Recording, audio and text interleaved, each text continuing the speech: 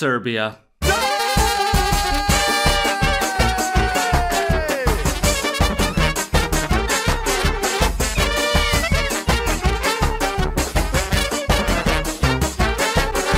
My home country and the homeland of many other great people such as Nikola Tesla, Novak Djokovic, Nikola Jokic, and whoever it was that built the pyramids.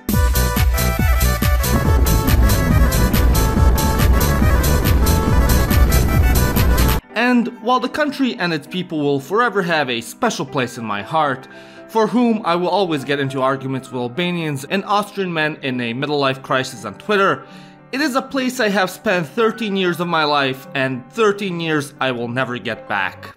Dear sweet Mother of God, we're in Eastern Europe. And while there are many things to love about this country and my time there, this video is about the exact opposite, and all the things that I hated about living in Serbia. If you'd like me to make a part 2 about all the things I loved about living in Serbia, let me know in the comments down below. So without further ado, let's begin. So, I've lived all over Serbia, in the big cities such as Belgrade and Novi Sad, and in small towns in Banat and Machva. And one of the overarching problems in the country, no matter where in Serbia you live in, is the lack of maintenance. As a whole, most of the buildings, infrastructure, and any general public structure is usually in a constant state of decay. Many of the buildings' facades are peeling away year after year, graffiti keeps piling up, holes in the roads keep popping up, and no one does anything about it. And again, this is particularly annoying as this isn't only the case in small towns like it is in other neighboring Balkan countries, but rather in the big cities as well, such as Belgrade, Novi Sad, and Niš. Like, I'd understand if this was just the case with old buildings, but no. Whenever the government or anyone builds up any new structure, it will remain nice for the next 2 to 3 years. Afterwards, it also starts decaying, and no one does anything about it.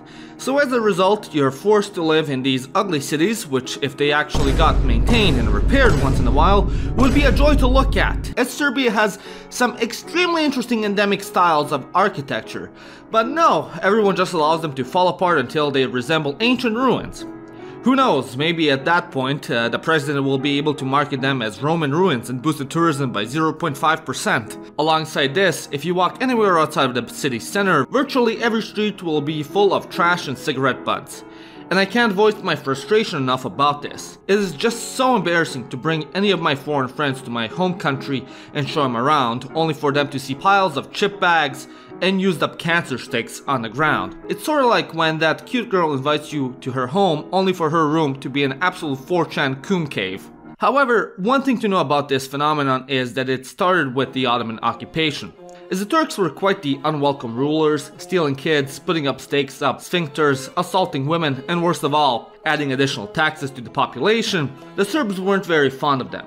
So as a way of protest, many, when cleaning up their houses, would throw out their trash, excrement, and whatever else they wanted to dispose of onto the streets, where the Turks would then have to clean it up as they were the government. As the occupation continued for over 400 years, so did this custom, until the reason for its original doing was completely forgotten. And now, it's an extremely ugly habit that persists, and the government does nothing about it for whatever reason. I wonder, what is the government doing? Sad lepo, pola kilograma hleba, dovoljno za mene, trebalo bi previše. But you know who's always gonna be active working for you? Atlas VPN, baby! Christmas came early this year, and I know what I'm asking for Santa this holiday season. Atlas VPN. And why wouldn't I? Many on the naughty list are out to take and sell my data to other very naughty companies so they can sell me more stuff I don't need, and my wallet is already suffering as is. However, have no fear, because Atlas is having a Christmas discount where Atlas VPN Premium is just $170 per month plus 6 months extra, double the free of what it usually is. So don't waste any time and go get it right now. Alongside with protecting your internet privacy, Atlas also prevents ads and malware from touching your computer. Online shops also love charging you extra, depending on your purchasing location. But with Atlas VPN, Silence, brand. Atlas also allows you to watch different TV shows and movies geologged from you by Netflix. And best of all, it's on unlimited devices, so everyone in your family gets protected by Atlas. And that includes your crazy uncle too. So go and click the link in the description and get Atlas Premium for just $170 a month plus 6 months for free. And if you dislike the service, no problem. You have a 30-day money-back guarantee. So go check it out. By supporting Atlas, you support me. Again, go to atlasv.pn/Europe and protect yourself. Another thing that's quite annoying when it comes to the cities and towns in Serbia are the Commi Blocks and new buildings, aka the Commi Blocks 2.0. Now during the time of communism, Yugoslavia implemented a special policy called out with the old, in with the new, where many old buildings were demolished and replaced with Commi Blocks in a way to industrialize the country and whatnot. To be fair, a lot of the buildings that were demolished were damaged during World War II, but many of them were not. As a result, many Baroque, Art Nouveau, Gothic, and endemic Serbian architectural style buildings were leveled down and whitewashed. The worst of this happened in central and southern Serbia, as well as Kosovo, but it's very much present in Novi Sad, which before World War II looked amazing, and now if you go outside of the center, it's just... yeah. Which again is such a huge shame and really pains me, as Serbia could have been as pretty and had more tourists as other European countries if this wasn't the case. Another issue is that after socialism violently collapsed in the 90s and the regime was changed, the new faces in power continued this policy. Instead of rebuilding and restoring old buildings like they had done in many other ex-Eastern European socialist states, such as Hungary, Romania, and Poland, Serbia's government just switched to building new modern styles of buildings, which are just Commi blocks with less cement and painted facades. And for some reason, the government is convinced that it can attract tourism by building these types of luxurious buildings such as Belgrade waterfront, as if tourists with money wouldn't go to far richer and more luxurious countries such as the UAE or one of the Nordics or Miami even, if they were into that. And not some developing post-socialist country that is struggling to keep the roads usable. Tourists come to Eastern Europe for the beautiful culture, old medieval and revival era buildings, and not some cheap wannabe Dubai copies that virtually every city in the world has because of globalization. Again, it is such a shame that so much potential is being wasted here. The place that sends you mad? Yes, and you will have to go in there as well. Now, I've talked plenty on this channel about bureaucracy in the Balkans and my absolute and uttermost hatred of it. However, when it comes to Serbia, there is one particular part about the entire system that really pops my corn, and that is bureaucrats. Again, every country has issues with bureaucracy and bureaucrats. However, I feel that in Serbia, the menopausal monsters working on the windows of any important public institution crawled out from a special unknown circle of hell that Satan himself conjured with nothing else but his hatred of God and everything and anything good and holy in the world.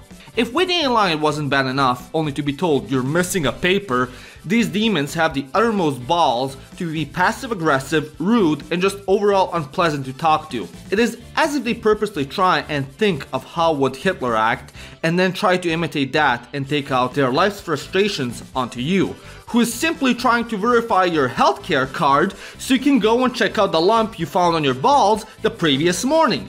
And they just have to make you feel bad for not knowing you had to also bring Blackbeard's treasure map alongside a copy of every single document that verifies your existence.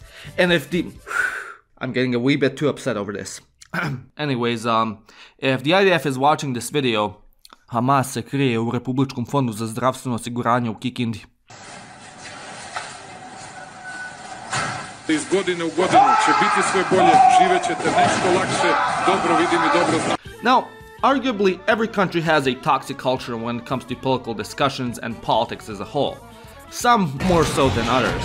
However, I believe that Serbia has a particular problem that isn't present as much in other places in the world. Of course, you have your issues of corruption within politicians, one party dominating and using unorthodox methods of securing the ballot, the opposition being virtually non-existent and a bigger joke than a minivan filled with pickle ricks. Yet, the main issue when it comes to politics in Serbia is the negative attitude and silencing of all criticism. And when I say silencing criticism, I don't mean the government utilizing some 1984 measures, but the regular people.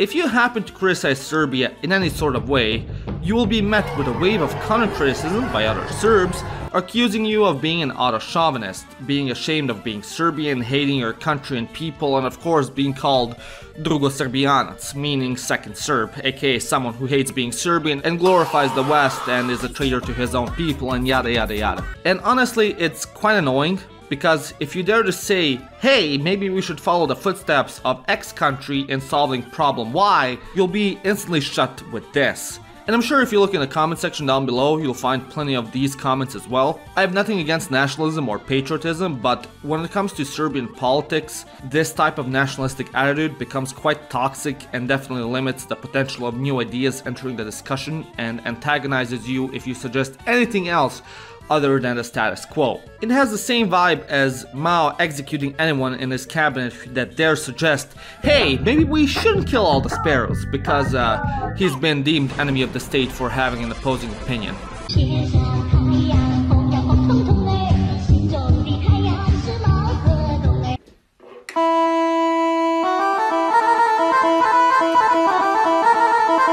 As a whole, there are many things in Serbia that grind my gears, but at the end of the day, it is my home and I still love it dearly.